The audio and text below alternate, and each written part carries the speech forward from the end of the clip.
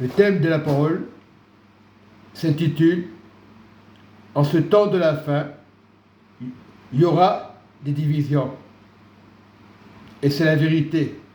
Donc la parole déclare, deuxième épître aux Thessaloniciens 1, chapitre 2, à partir du verset 1, pour ce qui concerne l'avènement de notre Seigneur Jésus-Christ et notre réunion avec lui. Avec lui, nous vous prions, frères et sœurs, de ne pas vous laisser facilement ébranler dans votre bon sens et de ne pas vous laisser troubler, soit par quelque inspiration, soit par une parole ou par une lettre qui semblerait venir de nous, comme si le jour du Seigneur était déjà là. Verset 3. Que personne ne vous séduise d'aucune manière, car il faut que l'apostasie soit arrivée auparavant, et qu'on ait vu paraître l'homme impie, le fils de la perdition, l'adversaire qui s'élève au-dessus de tout ce qu'on appelle Dieu, ou de ce qu'on adore. Il va jusqu'à s'asseoir dans le temple de Dieu, se proclamant lui-même Dieu. Verset 5. Ne vous souvenez-vous pas que je vous disais ces choses lorsque j'étais encore chez vous?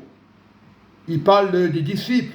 Et maintenant, vous avez ce qui le retient, afin qu'il ne paraisse qu'en son temps. Verset 7. Car le mystère de l'iniquité est déjà là.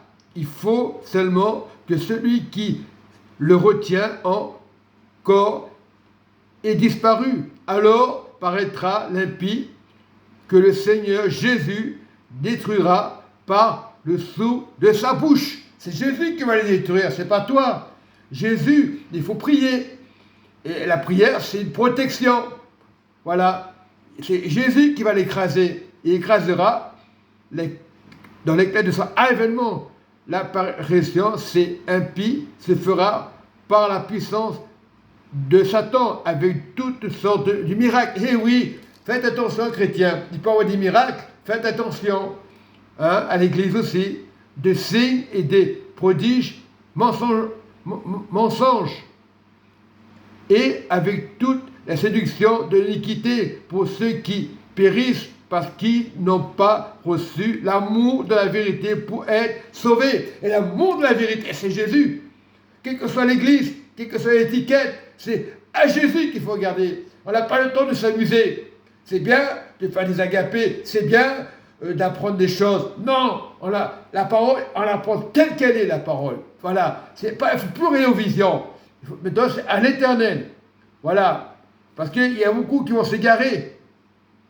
Puis voilà, pour qu'on croie au mensonge. Les gens croient au mensonge, au lieu de croire en Dieu, ils croient au mensonge, afin que tous ceux qui n'ont pas cru à la vérité, mais qui ont pris plaisir à l'injustice, soient à condamner les autres.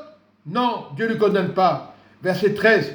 Pour nous, frères et sœurs, bien-aimés du Seigneur, nous devons avoir sujet, rendre continuellement grâce à Dieu, le vrai Dieu Jésus, parce que Dieu vous a choisi dès le commencement pour le salut, pour être sauvé par la sanctification de l'Esprit et par la foi de la vérité. On parle bien de la sanctification, beaucoup parlent de foi et ne font rien du tout. C'est à quoi il vous a appelé par notre évangile, pour que vous possédiez la gloire de notre Seigneur Jésus-Christ. Et c'est ça, c'est la gloire, le chemin. C'est pas le Bar-Jésus, arrêtez de parler de Bar-Jésus. Il y a l'Antichrist et le Bar-Jésus, tout simplement. Donc, nous être avec le Seigneur.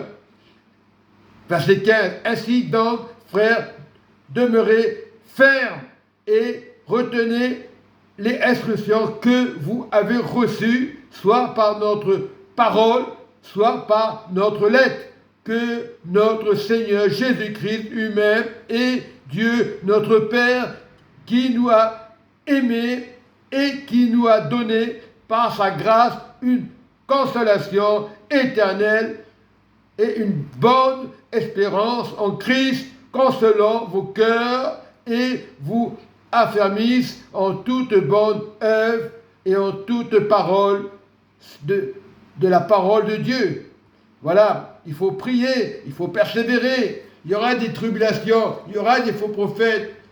Donc il faut écouter Dieu d'abord. Voilà, c'est bien de faire des réunions, c'est bien de faire ci, de faire ça, de lire la Bible, c'est important. C'est bien d'écouter les visions. Le plus important, ce n'est pas les visions, c'est le Seigneur. Il est à la porte. Je vous le dis, je dis la vérité. Au nom du Seigneur Jésus. Amen et Amen.